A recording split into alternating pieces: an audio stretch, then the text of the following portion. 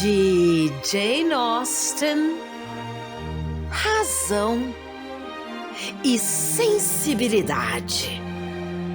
Capítulo 16. Marianne jamais se perdoaria caso fosse capaz de dormir na primeira noite após se separar de Willoughby. Teria vergonha de olhar no rosto a família na manhã seguinte se não tivesse levantado da cama, precisando de mais repouso do que quando nela se deitara. Mas os sentimentos que transformavam a calma em desgraça não lhe deixavam correr nenhum perigo de passar tal vergonha. Não dormiu a noite toda e chorou a maior parte dela. Levantou-se com dor de cabeça, sem conseguir falar e sem nenhum apetite, causando preocupação a cada momento à mãe e às irmãs, e proibindo qualquer tentativa de consolo da parte delas. Sua sensibilidade era muito forte.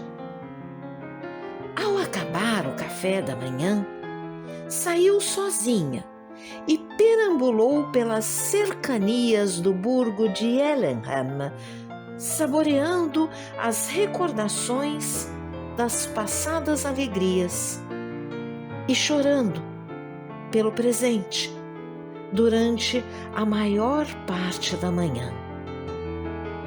A tarde passou-se em igual entrega aos sentimentos.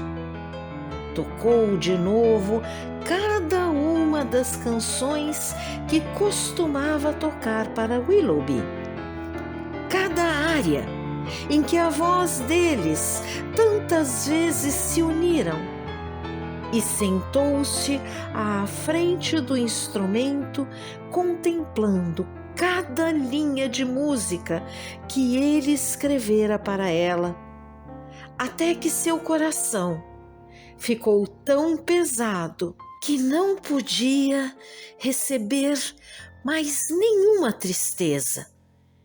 E essa dose de sofrimento alimentava todos os dias.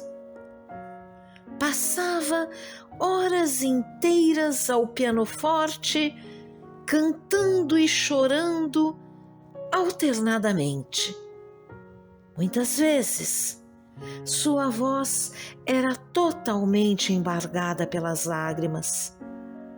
Também nos livros, como na música, cortejava a desgraça que o contraste entre o passado e o presente certamente provocava.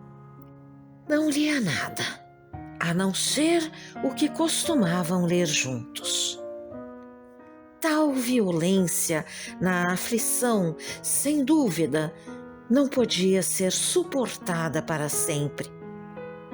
Em poucos dias, se transformou numa melancolia mais calma.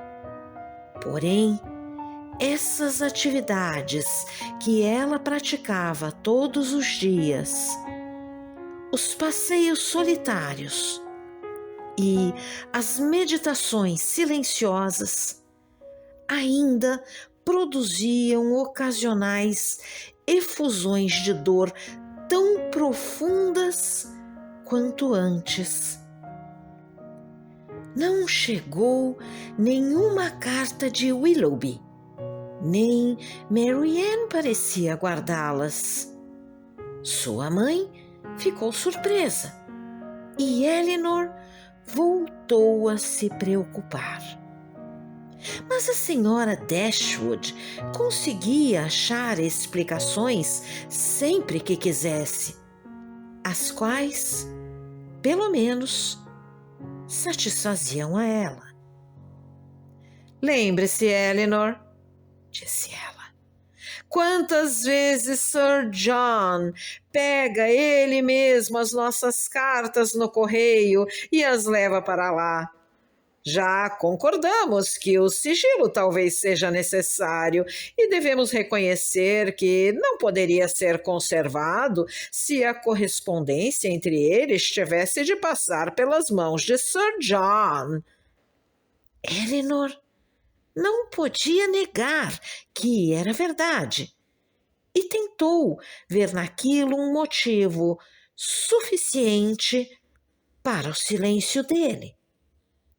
Mas havia um método tão direto, tão simples e, na sua opinião, tão fácil de saber a situação real do caso e de acabar instantaneamente com todo o mistério, que ela não pôde deixar de sugeri-lo à mãe. Por que a senhora não pergunta a Mary Ann de uma vez? Disse ela. Se ela está ou não noiva de Willoughby. Vindo da senhora, que é a mãe dela, e uma mãe carinhosa e indulgente, a pergunta não pode ofender. Seria o resultado natural de seu amor por ela. Ela costumava ser completamente franca, principalmente com a senhora. Não faria essa pergunta nem por toda a riqueza do mundo.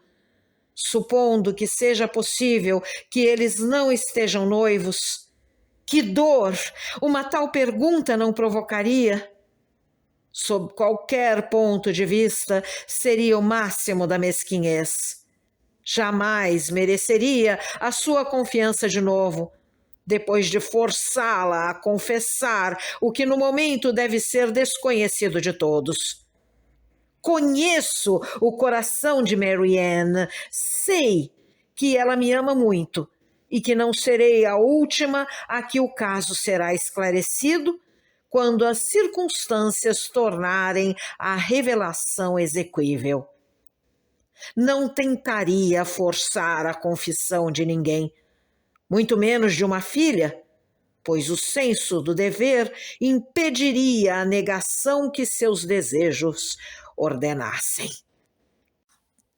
Eleanor achou exagerada aquela generosidade, levando-se em conta a pouca idade da irmã, e insistiu com a mãe mais uma vez. Porém, em vão.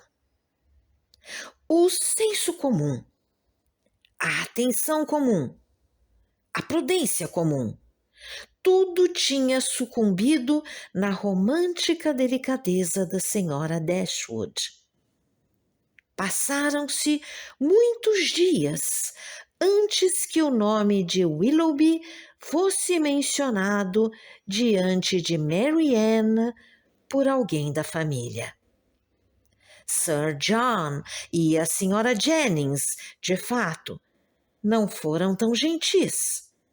Suas zombarias acentuaram a dor de muitas horas dolorosas. Mas uma tarde, a senhora Dashwood, tomando ao acaso um exemplar de Shakespeare, exclamou: "Nunca terminamos Hamlet, Mary Ann. Nosso querido Willoughby se foi antes que pudéssemos acabá-lo.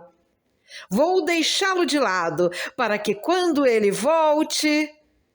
Mas podem passar-se meses, talvez antes que isso aconteça." "Meses?" gritou Mary Ann com grande surpresa. "Não, nem sequer muitas semanas." A senhora Dashwood lamentou ter dito aquilo, mas Eleanor ficou satisfeita, pois provocou uma réplica de Mary Ann, que expressava muita confiança em Willoughby e conhecimento das suas intenções. Certa manhã, cerca de uma semana depois que ele deixara a região, Mary Ann foi convencida a juntar-se às irmãs no seu costumeiro passeio, em vez de perambular sozinha. Até então, ela evitara rigorosamente toda companhia em suas caminhadas. Se as irmãs pretendiam caminhar pelas colinas, ela se dirigia diretamente para as trilhas. Se elas mencionassem o vale, ela corria para as colinas e nunca podia ser encontrada quando as outras partiam. Mas com o tempo, foi vencida pelos esforços de Elinor, que desaprovava profundamente aquele isolamento contínuo. Elas caminharam pela estrada através do vale, a maior parte do tempo em silêncio, pois a mente de Mary Ann não podia ser controlada. E Elinor, satisfeita por ter ganho um ponto, não se arriscava a querer mais. Para além da estrada do vale, onde o campo, embora ainda rico, era menos selvagem e mais aberto, um longo trecho da estrada que elas haviam percorrido, ao virem a Barton pela primeira vez, estendia-se à frente delas. E ao chegarem àquele ponto, pararam para olhar ao redor e examinar a perspectiva formada pela distância de sua vista do chalé, de um ponto que nunca haviam alcançado antes em nenhuma das caminhadas. Dentre os objetos à vista, logo descobriram um ser animado.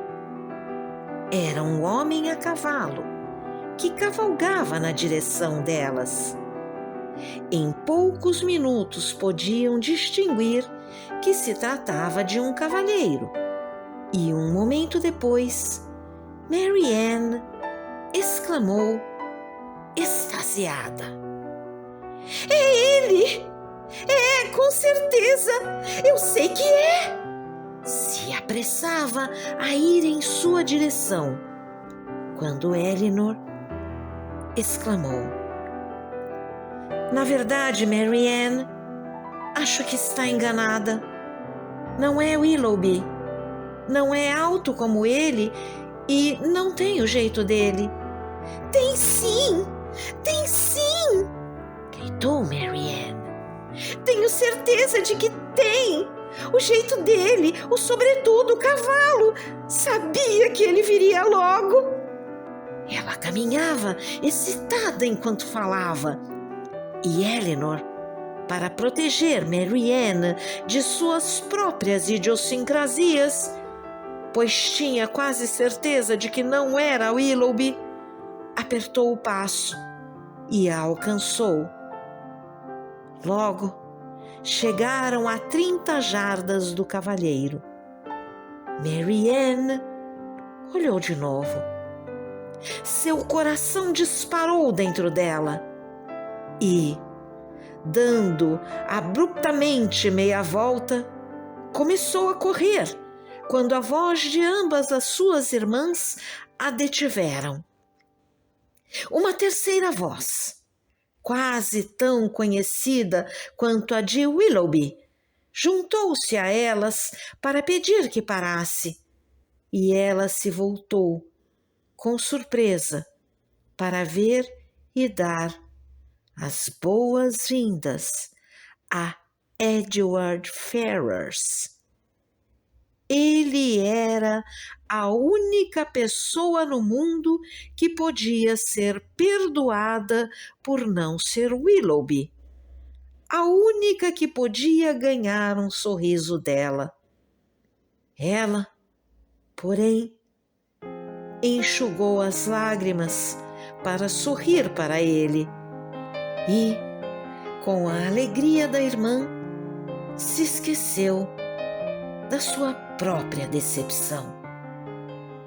Ele apeou e, entregando o cavalo ao criado, caminhou de volta a Barton com elas, onde se dirigia com o propósito de visitá-las.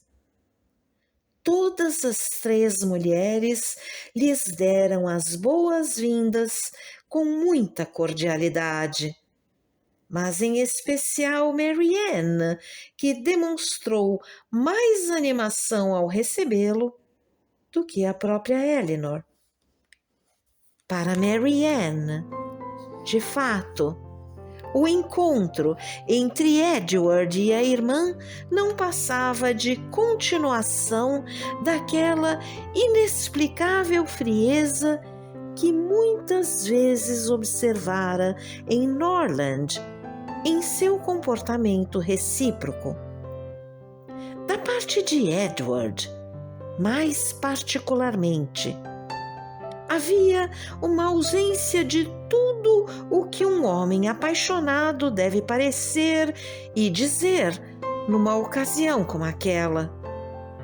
Ele estava confuso, parecia pouco sensível ao prazer de vê-las. Não parecia nem entusiasmado nem alegre.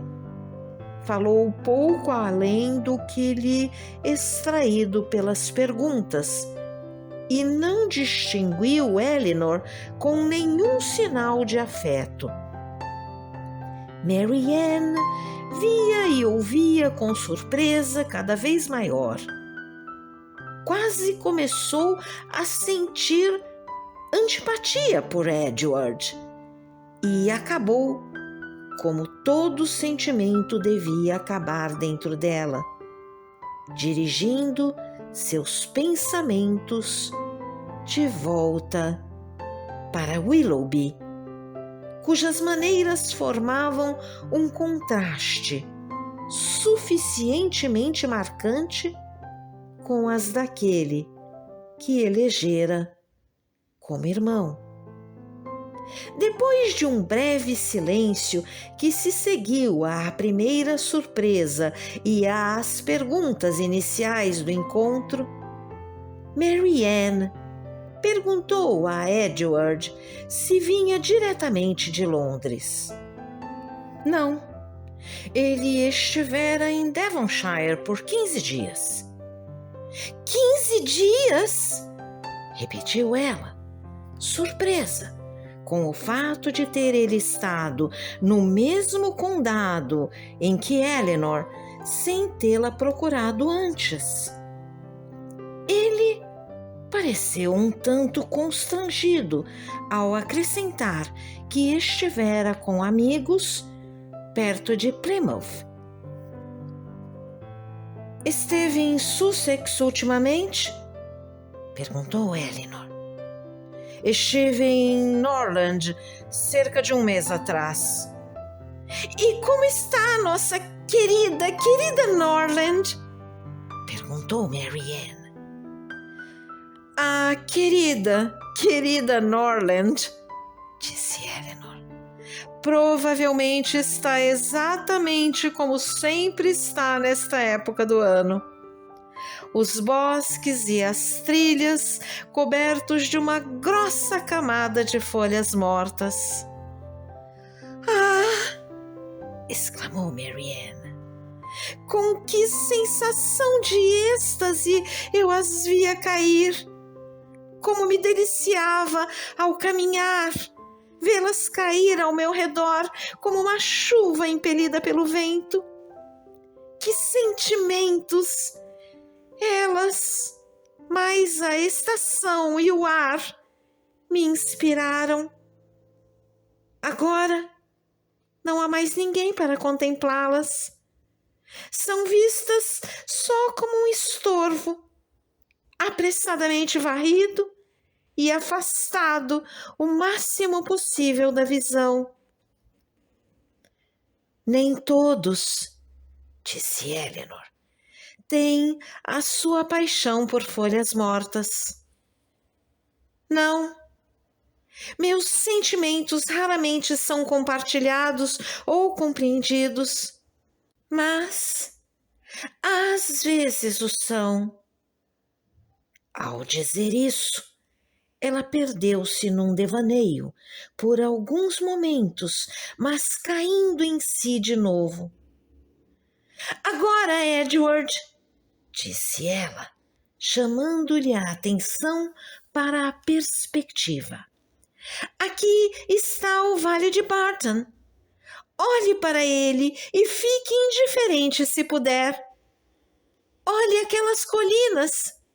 Já viu alguma vez coisa parecida? À esquerda fica Barton Park, entre aqueles bosques e aquelas plantações. É possível ver o fundo da casa. E ali, atrás da colina mais distante, que se ergue com tal grandiosidade, fica o nosso chalé. É um belo lugar, replicou ele. Mas essas partes baixas devem ficar sujas no inverno. Como consegue pensar em sujeira, com objetos como estes à sua frente? Porque, replicou ele sorrindo, entre os demais objetos à minha frente, vejo uma trilha muito suja. Que estranho, disse Mary Ann com seus botões enquanto caminhava. É agradável a vizinhança aqui? Os Middletons são simpáticos? Não, de modo algum, respondeu Mary Ann. Não poderíamos estar em pior situação. Mary Ann, exclamou a irmã. Como pode dizer uma coisa dessas? Como pode ser tão injusta? Eles são uma família muito respeitável, Sr. Ferrars, e sempre se comportaram conosco da maneira mais gentil. Já se esqueceu, Mary Ann, de quantos dias felizes deve a eles? Não, respondeu Mary Ann em voz baixa. Nem quantos momentos dolorosos. Eleanor não escutou suas palavras e, dirigindo a atenção para o visitante, tratou de estabelecer algo como uma conversa com ele, falando-lhe de sua residência atual, suas conveniências, etc. Conseguindo com isso tirar-lhe à força algumas perguntas e observações ocasionais. A frieza e a reserva dele a magoaram muito. Estava aborrecida e um pouco irritada, mas decidida a pautar seu comportamento com ele no passado e não no presente. Evitou qualquer aparência de ressentimento ou desagrado e o tratou como devia ser tratado por seus laços de parentesco. Se você gostou desse áudio, deixe seu like, compartilhe, deixe também seu comentário e se inscreva no canal, ativando o sininho para ser avisado dos próximos vídeos. Um grande abraço e até a próxima!